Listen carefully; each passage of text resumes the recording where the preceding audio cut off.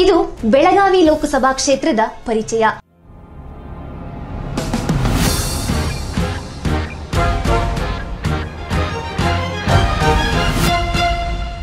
ಸಾವಿರದ 1951ರಲ್ಲಿ ಮುಂಬೈ ರಾಜ್ಯ ಇದ್ದಾಗಿನಿಂದಲೂ ಭಾರತೀಯ ರಾಷ್ಟ್ರೀಯ ಕಾಂಗ್ರೆಸ್ ಹಿಡಿತದಲ್ಲೇ ಇದ್ದ ಬೆಳಗಾವಿ ಲೋಕಸಭಾ ಕ್ಷೇತ್ರ ಕಳೆದೆರಡು ಚುನಾವಣೆಗಳಿಂದ ಭಾರತೀಯ ಜನತಾ ಪಕ್ಷದ ತೆಕ್ಕೆಗೆ ಸಿಕ್ಕಿದೆ. ಬಿಜೆಪಿಯ ಸುರೇಶ್ ಅಂಗಡಿ ಅವರು ಕಾಂಗ್ರೆಸ್ ಅಭ್ಯರ್ಥಿಗಳನ್ನ ಸೋಲಿಸಿ ಮುಂಬರುವ ಲೋಕಸಭಾ ಚುನಾವಣೆಯಲ್ಲಿ ಹ್ಯಾಟ್ರಿಕ್ ಸಾಧಿಸುವ ಯತ್ನದಲ್ಲಿದ್ದಾರೆ. ವೇಣುಗ್ರಾಮ ಎಂದು ಮೂಲ ಹೆಸರು ಹೊಂದಿದ್ದ ಬೆಳಗಾವಿ ಕರ್ನಾಟಕದ ಅತಿ ದೊಡ್ಡ ಜಿಲ್ಲೆ, ಜೊತೆಗೆ ಉತ್ತರ ಕರ್ನಾಟಕದ ಕೇಂದ್ರ ಬಿಂದುವಾಗಿ ಎರಡನೇ ರಾಜಧಾನಿಯಾದ್ರೂ ಅಚ್ಚರಿಯಿಲ್ಲ. ಆರ್ಥಿಕವಾಗಿ, ಧಾರ್ಮಿಕವಾಗಿ, ಸಾಂಸ್ಕೃತಿಕವಾಗಿ, ಶೈಕ್ಷಣಿಕವಾಗಿ ಕನ್ನಡ, ಮರಾಠಿ ಮತ್ತು ಉರ್ದು ಭಾಷಾ ಸಂಗಮವಾಗಿ ಉತ್ತರ ಕರ್ನಾಟಕದ ವಾಣಿಜ್ಯ ಕೇಂದ್ರವಾಗಿ ವೈಶಿಷ್ಟ್ಯತೆ ಹೊಂದಿರುವ ಬೆಳಗಾವಿಯಲ್ಲಿ ರಾಜಕೀಯ ಆಧಿಪತ್ಯ ಸಾಧಿಸಲು ಬಿಜೆಪಿ ಮತ್ತು ಕಾಂಗ್ರೆಸ್ ಮತ್ತೆ ಸೆಣಸಾಡಲಿವೆ.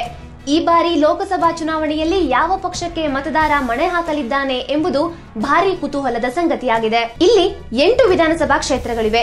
ಬೆಳಗಾವಿ ಲೋಕಸಭಾ ಕ್ಷೇತ್ರದಲ್ಲಿ ಅರಭಾವಿ, ಗೋಕಾಕ್, ಬೆಳಗಾವಿ ಉತ್ತರ, ಬೆಳಗಾವಿ ದಕ್ಷಿಣ, ಬೆಳಗಾವಿ ಗ್ರಾಮೀಣ, ಬೈಲಹೊಂಗಲ, ಸೌದತ್ತಿ ಯಲ್ಲಮ್ಮ ಮತ್ತು ರಾಮದುರ್ಗ ವಿಧಾನಸಭಾ ಕ್ಷೇತ್ರಗಳನ್ನ ಒಳಗೊಂಡಿದೆ. ಕಳೆದ ಚುನಾವಣೆಯಲ್ಲಿ ಸುರೇಶ್ ಅಂಗಡಿ ಅವರು ಕಾಂಗ್ರೆಸ್ನ ಮಹತ್ವಾಕಾಂಕ್ಷಿ ನಾಯಕಿ ಲಕ್ಷ್ಮೀ ಹೆಬ್ಬಾಳ್ಕರ್ ಅವರನ್ನ 70,860 ಮತಗಳ ಅಂತರದಿಂದ ಸೋಲಿಸಿದ್ರು.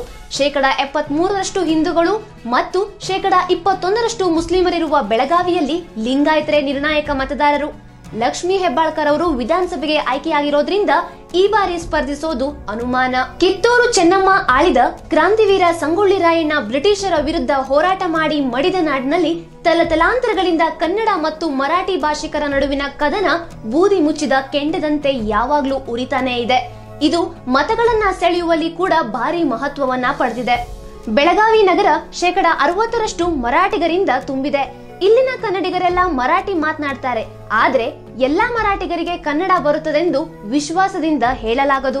ಬೆಳಗಾವಿ ಪಾಲಿಕೆಯ ಕಟ್ಟಡದಲ್ಲಿ ಭಗವಾಧ್ವಜ ಹಾರಿಸಲು ಯತ್ನಿಸಿ ಸುರೇಶ್ ಅಂಗಡಿ ಭಾರಿ ವಿವಾದವನ್ನೇ ಸೃಷ್ಟಿಸಿದ್ರು.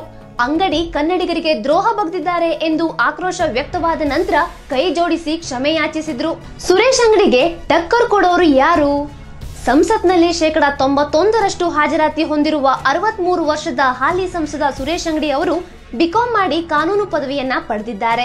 ಕರ್ನಾಟಕದ ಮಾಜಿ ಸಚಿವ ವಿ.ಎಸ್. ಕೌಜಲಗಿ ಅವರ ಹತ್ತಿರದ ಸಂಬಂಧಿಕರಾಗಿರುವ ಅಂಗಡಿ ಅವರು ಸಂಸತ್ನಲ್ಲಿ ಕೇವಲ 37 ಬಾರಿ ಚರ್ಚೆಯಲ್ಲಿ ಪಾಲ್ಗೊಂಡಿದ್ದಾರೆ. ಸುರೇಶ್ ಅಂಗಡಿ ಎಜುಕೇಶನ್ ಫೌಂಡೇಶನ್ ನ ಅಧ್ಯಕ್ಷರಾಗಿರುವ ಅವರು ಒಟ್ಟು 26 ಪ್ರಶ್ನೆಗಳನ್ನ ಕೇಳಿದ್ದಾರೆ. ಇದರಲ್ಲಿ ರಾಜ್ಯಕ್ಕೆ ಸಂಬಂಧಪಟ್ಟಂತೆ ವಿಷಯಗಳ ಬಗೆಗಿನ ಚರ್ಚೆಗಳ ಪ್ರಮಾಣ 45.6%. ರಾಷ್ಟ್ರಕ್ಕೆ ಸಂಬಂಧಿಸಿದ ವಿಷಯಗಳ ಚರ್ಚೆಗಳ ಪ್ರಮಾಣ 63.8%. ಈ ಭಾಗದಲ್ಲಿ ಒಟ್ಟು 22,19,346 ಜನಸಂಖ್ಯೆ ಇದೆ. 2014ರಲ್ಲಿ ನಡೆದಿದ್ದ ಚುನಾವಣೆಯಲ್ಲಿ 68% ಮತದಾನವಾಗಿತ್ತು. ಅಂದಿನ ಒಟ್ಟು ಮತದಾರರು 10,78,547, 5,70,120 ಪುರುಷರು ಮತ ಚಲಾವಣೆ ಮಾಡಿದ್ರೆ 5,08,427 ಮಹಿಳೆಯರು ತಮ್ಮ ಮತ ಹಕ್ಕು ಚಲಾಯಿಸಿದ್ರು. ಪ್ರಸ್ತುತ ಮತದಾರರು 15,81,017, ಪುರುಷ ಮತದಾರರು 8,07,598, ಮಹಿಳಾ ಮತದಾರರು 7,73,419. ಸುರೇಶ್ ಅಂಗಡಿ ಅವರು 5,54,417 ಮತ ಪಡೆದು ಜಯಭಾರಿ ಬಾರಿಸಿದ್ರೆ ಕಾಂಗ್ರೆಸ್ ಹುರಿಯಾಳು ಪ್ರಭಾವಶಾಲಿ ಮಹಿಳಾ ಅಭ್ಯರ್ಥಿ ಕಾಂಗ್ರೆಸ್ನ ಮಹಿಳಾ ಘಟಕದ ಮಾಜಿ ಅಧ್ಯಕ್ಷೆ ಲಕ್ಷ್ಮೀ ಹೆಬ್ಬಾಳ್ಕರ್ ಅವರು 4,78,557 ಮತ ಗಳಿಸಿ ಅಂಗಡಿಯವರಿಗೆ ಪೈಪೋಟಿ ನೀಡಿದ್ರು. ಇದೀಗ ವಿಧಾನಸಭೆಗೆ ಆಯ್ಕೆಯಾಗಿರುವ ಲಕ್ಷ್ಮೀ ಹೆಬ್ಬಾಳ್ಕರ್ ಅವರು ಲೋಕಸಭಾ ಚುನಾವಣೆಯಲ್ಲಿ ಸ್ಪರ್ಧಿಸಲಾರೆ ಎಂದು ಕೈ ಎತ್ತಿದ್ದಾರೆ. ಹೀಗಾಗಿ ಅಂಗಡಿಯವರಿಗೆ ಸವಾಲೊಡ್ಡಲು ಯಾರನ್ನ ಆಯ್ಕೆ ಮಾಡ್ತಾರೆ ಎಂಬುದು ಕುತೂಹಲಕರ ಸಂಗತಿ. ಜಿಲ್ಲೆಯ ಕಬ್ಬು ಬೆಳೆಗಾರರಿಗೆ ಸಕ್ಕರೆ ಕಾರ್ಖಾನೆ ಮಾಲೀಕರಿಂದ ಬರಬೇಕಾಗಿರುವ ಬಾಕಿ ಈ ಚುನಾವಣೆಯಲ್ಲಿ ಪ್ರಮುಖ ಸಂಗತಿಯಾದ್ರೂ ಅಚ್ಚರಿಯಿಲ್ಲ. ಹಲವಾರು ಸಕ್ಕರೆ ಕಾರ್ಖಾನೆಗಳು ಎಲ್ಲಾ ರಾಜಕೀಯ ಪಕ್ಷಗಳ ನಾಯಕರ ಹಿಡಿತದಲ್ಲಿದ್ದು ಚುನಾವಣೆ ಗಮನದಲ್ಲಿಟ್ಟು ಏನೇನು ಆಟವಾಡ್ತಾರೆ ನೋಡೋಣ. ಅಲ್ಲದೆ ಬೈಲಹೊಂಗಲ, ರಾಮದುರ್ಗ, ಸೌದತ್ತಿಯಂತಹ ತಾಲೂಕುಗಳಲ್ಲಿ ಕುಡಿಯುವ ನೀರಿನ ಸಮಸ್ಯೆ ಈಗಾಗಲೇ ತಾಂಡವವಾಡ್ತಿದೆ. ಚಳಿಗಾಲದ ಅಧಿವೇಶನದಲ್ಲಿ ರೈತರು ತಮಗೆ ಬರಬೇಕಾದ ಬಾಕಿಗಾಗಿ ಭಾರಿ ಪ್ರತಿಭಟನೆ ಮಾಡಿದ್ರು ಸಮಸ್ಯೆಗೆ ಪರಿಹಾರ ಸಿಕ್ಕಿಲ್ಲ. ಇದನ್ನೇ ಭಾರತೀಯ ಜನತಾ ಪಕ್ಷ ಜೆಡಿಎಸ್ ಮತ್ತು ಕಾಂಗ್ರೆಸ್ ವಿರುದ್ಧ ಬಂಡವಾಳ ಮಾಡಿಕೊಂಡು ಮೈತ್ರಿಯನ್ನ ಹಣಿಯಲು ಯತ್ನಿಸಿದ್ರು ಅಚ್ಚರಿಯಿಲ್ಲ. ಮತ್ತೊಂದು ಕುತೂಹಲಕಾರಿ ಸಂಗತಿ ಏನಂದ್ರೆ ಸಂಸದರಿಗೆ ದೊರೆಯುವ 25 ಕೋಟಿ ರೂಪಾಯಿ ಅನುದಾನದಲ್ಲಿ ಸುರೇಶ್ ಅಂಗಡಿ ಅವರು ಕ್ಷೇತ್ರದ ಅಭಿವೃದ್ಧಿ ಕಾರ್ಯಗಳಿಗೆಂದು ಬಿಡುಗಡೆಯಾಗಿರೋದು 17.5 ಕೋಟಿ ರೂಪಾಯಿ ಮಾತ್ರ. ಅದರಲ್ಲಿ ಜಿಲ್ಲಾ ಅಧಿಕಾರಿಗಳಿಂದ ಬಳಸಲಾಗಿದ್ದು 13.25 ಕೋಟಿ ರೂಪಾಯಿ.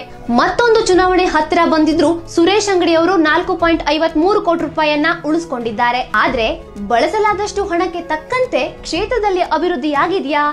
ಮತದಾರರೇ ಹೇಳಬೇಕು.